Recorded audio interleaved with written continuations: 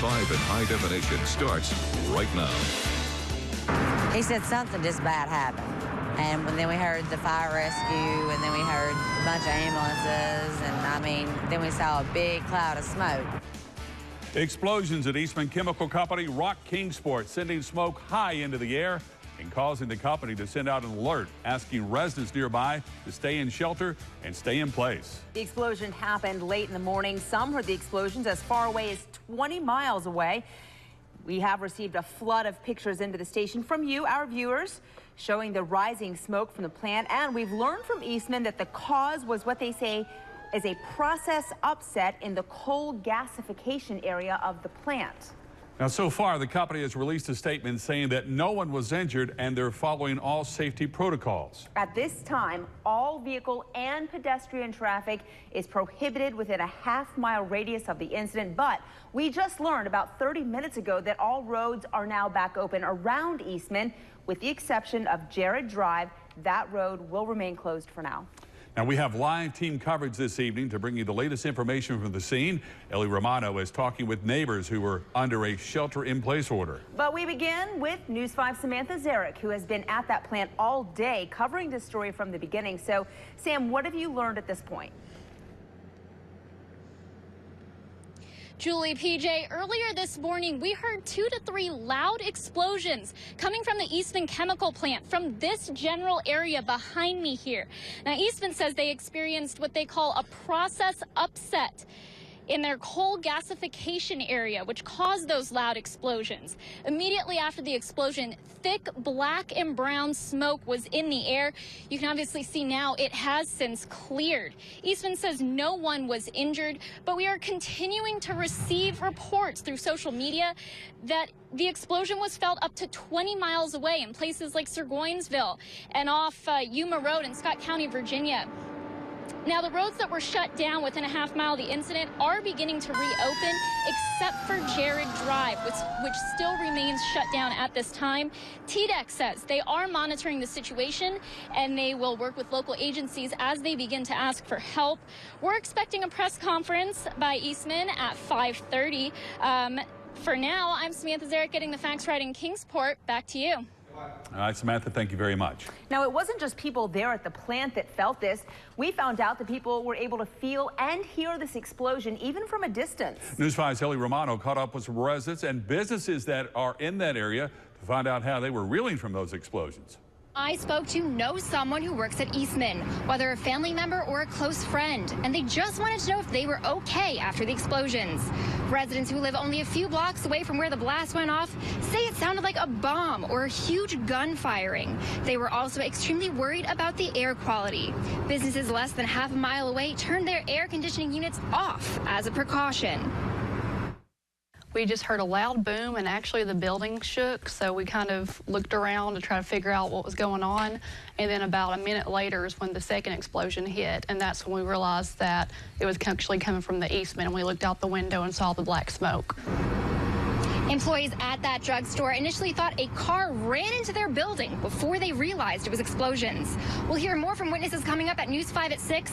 For now, getting the facts right in Kingsport, Ellie Romano, News 5 WCYB. All right, Ellie, thank you so much. Now, it turns out this explosion could have been worse depending on the weather conditions. Meteorologists Dave Dirks and Chris Michaels joining us now with more on that angle. Gentlemen? Hey guys, yeah, a lot of times when we see a clear, cool morning like this morning, you'll get what occurs a temperature inversion, and by later in the day that disappears. And Chris, talk a little bit about how temperature inversion can affect how pollutants and atmospheric gases are dispersed. Yeah, so you know, if this had happened about 3 hours earlier, the smoke would have been dispersed a little bit more. So let's go down to the site here on Eastman using our map. So there's the fire just near the coal gasification plant. Now, temperatures at the surface at the time of the explosion were 60 to 65 degrees Fahrenheit, 4,000 feet above. They were at 57. So the smoke plume was able to rise and then kind of thin out. However, if this happened at 7 o'clock in the morning, the temperature would have been 44 at the surface, 57, 4,000 feet up.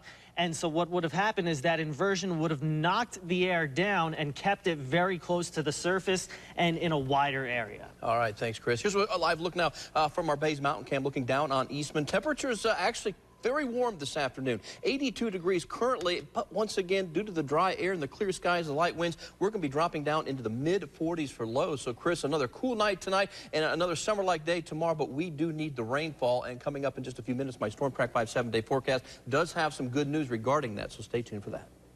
Dave, Chris, thank you so much. Now, we also want to share with you a statement released by the Tennessee Department of Environment and Conservation. They say they have been notified of the incident at Eastman, and they are closely monitoring the situation, and they're working with local agencies to provide technical expertise as needed.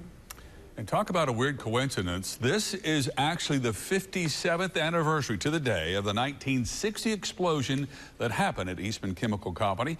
Now, according to the archives of the city of Kingsport, that day the explosion was centered in the aniline division of the plant.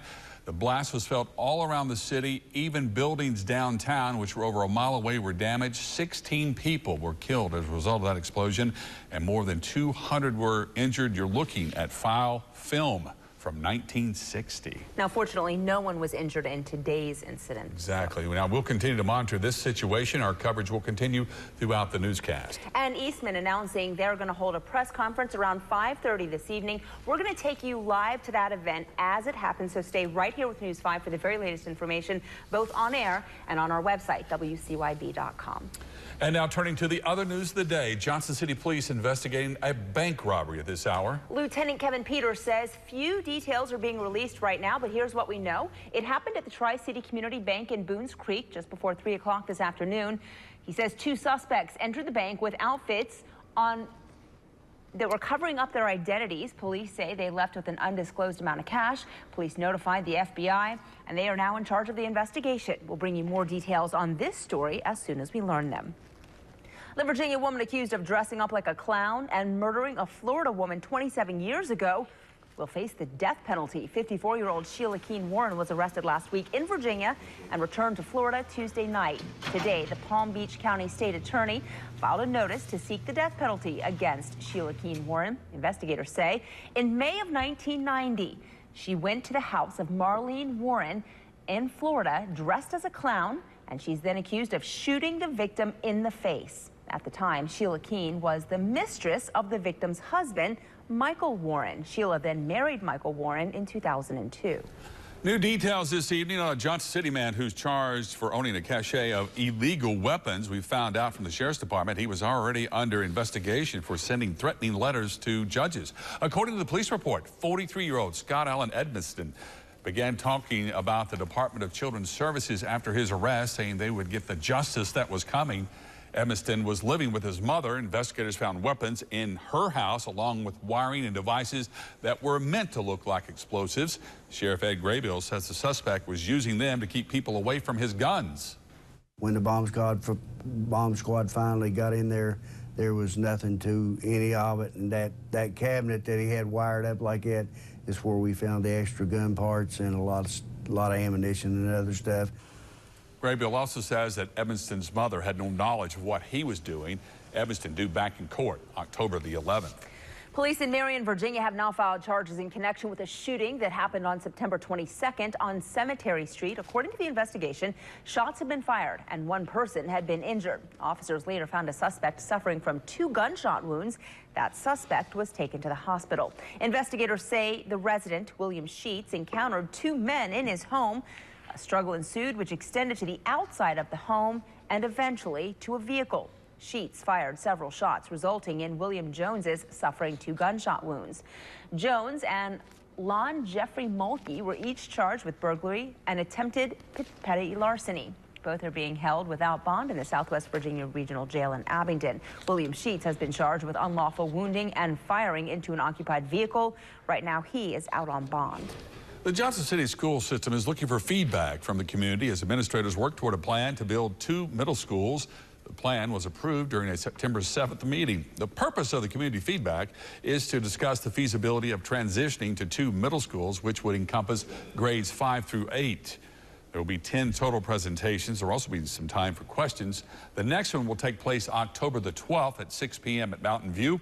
For a list of times and locations for the rest of the meetings, we've placed those on our website, WCYB.com. And Chief Meteorologist Dave Dirks will join us right after the break with your Storm Track 5 forecast. And then the latest on the shooting investigation, including a first look at new images from inside that shooter's hotel room in Las Vegas. Plus, a local woman is sharing what she saw and heard when that shooting happened in Las Vegas.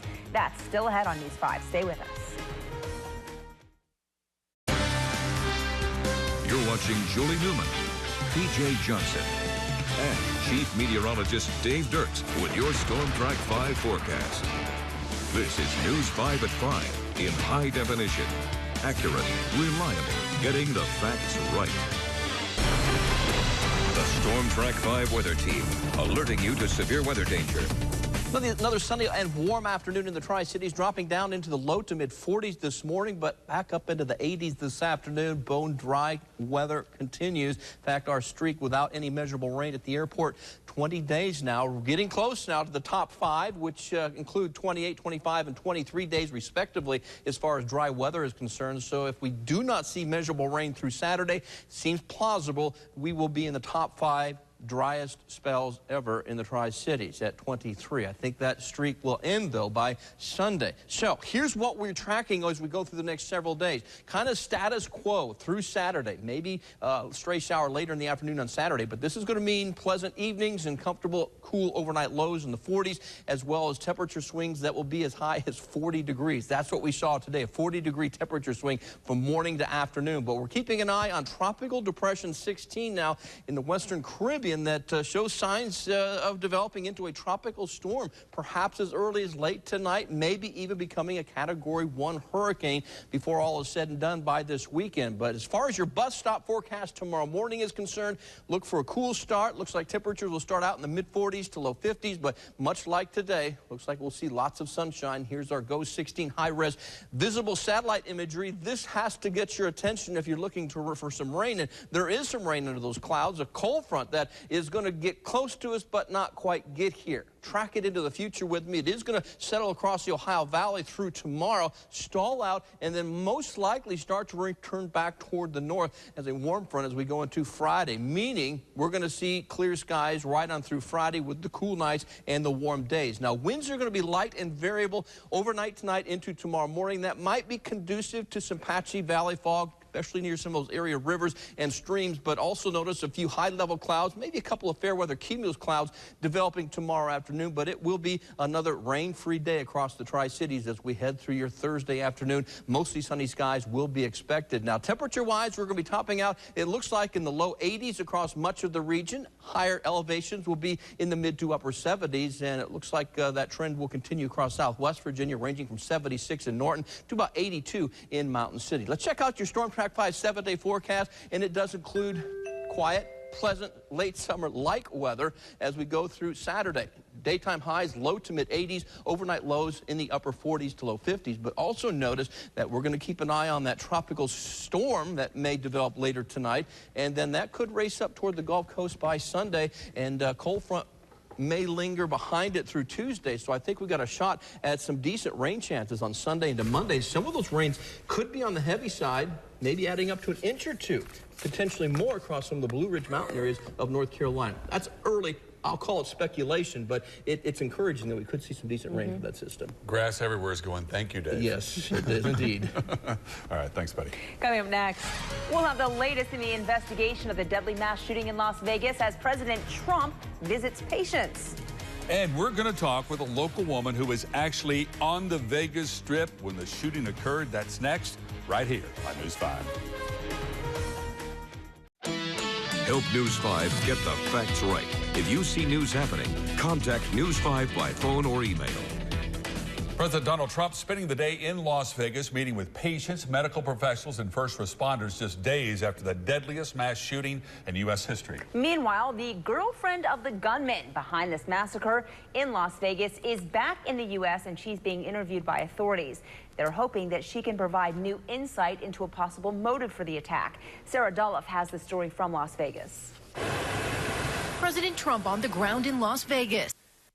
In Las Vegas, Sarah Dulloff, NBC News. More than 4 dozen people are still in critical condition right now. Meanwhile, singer Jason Aldean, who was performing when that shooting started, has postponed his weekend concerts out of respect for the victims. An Abingdon woman is safely back home after being in Las Vegas at the time of the massacre. Debbie Creasy had just finished dinner. She was about a mile downtown on the Strip from where that shooting happened. Her group tried to leave the area. That's when security told her they were on lockdown because of an active shooter. Creasy says she didn't know how many shooters there were, and she started to look for a place to hide, just in case the gunman came into where she was. Creasy says what happened in Vegas is just now starting to hit her. I'm really sad for the people that did go to the festival. I'm really sad for the families that lost people. Makes me sad for the injured people. Coming up at 6, we'll find out how Creasy narrowly avoided being at that concert the night of the shooting. Democrats are asking if now is not the time to talk gun control, then when is? California Democratic Senator Dianne Feinstein introducing a bill today that would ban the manufacture and sale of bump stocks. Those are devices which can turn a semi-automatic weapon into a fully automatic one, similar to the one the Las Vegas gunman used. Feinstein says she's reaching out to Republicans and the president for support. You have to say enough is enough. You have to say that there is no reason to make a semi-automatic assault weapon into a fully automatic battlefield weapon.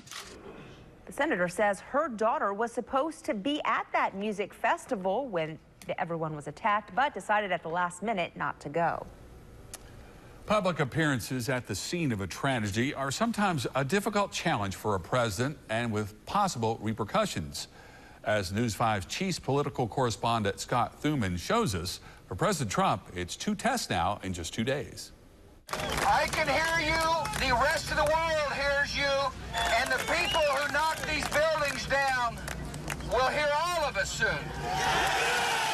There are moments that help define a presidency, how a commander-in-chief becomes consoler-in-chief, the hugs and words of understanding designed to help the country heal.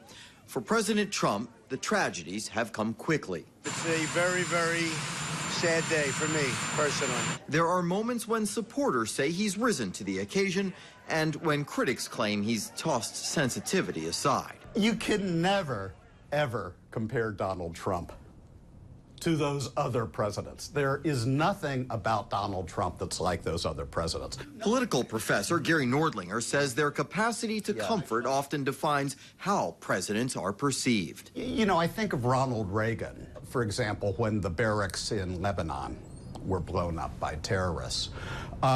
George H.W. Bush just oozed human decency in such a way that he was a great comforter. Bill Clinton really does feel people's pain. And polls can reflect it. George W. Bush had approval ratings hovering around 50, but after giving that bullhorn speech, saw his surge almost immediately to 90. It's got to seem genuine. If you're a comforter-in-chief, you have to be a genuine comforter-in-chief. You know, it's not like you're hugging somebody and looking at your wristwatch. And for Trump, they are tests he likely, unfortunately, will face again. In Washington, I'm Scott Thuman. Up next, Secretary Tillerson holds a news conference to address rumors of him leaving the administration. We'll find out what he has to say. And a hearing to decide whether another high-ranking official will face charges in the Flint water crisis. We'll have those details when we come back.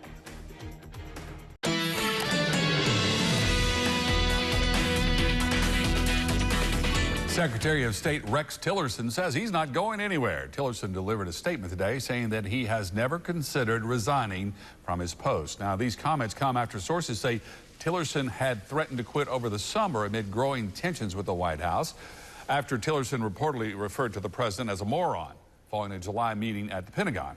Now, speaking at the State Department, Tillerson reaffirmed his commitment to President Trump and downplayed any notion of a feud. There's never been a consideration in my mind to leave. I serve at the appointment of the president, and I'm here for as long as the president feels I can be useful to achieving his objectives.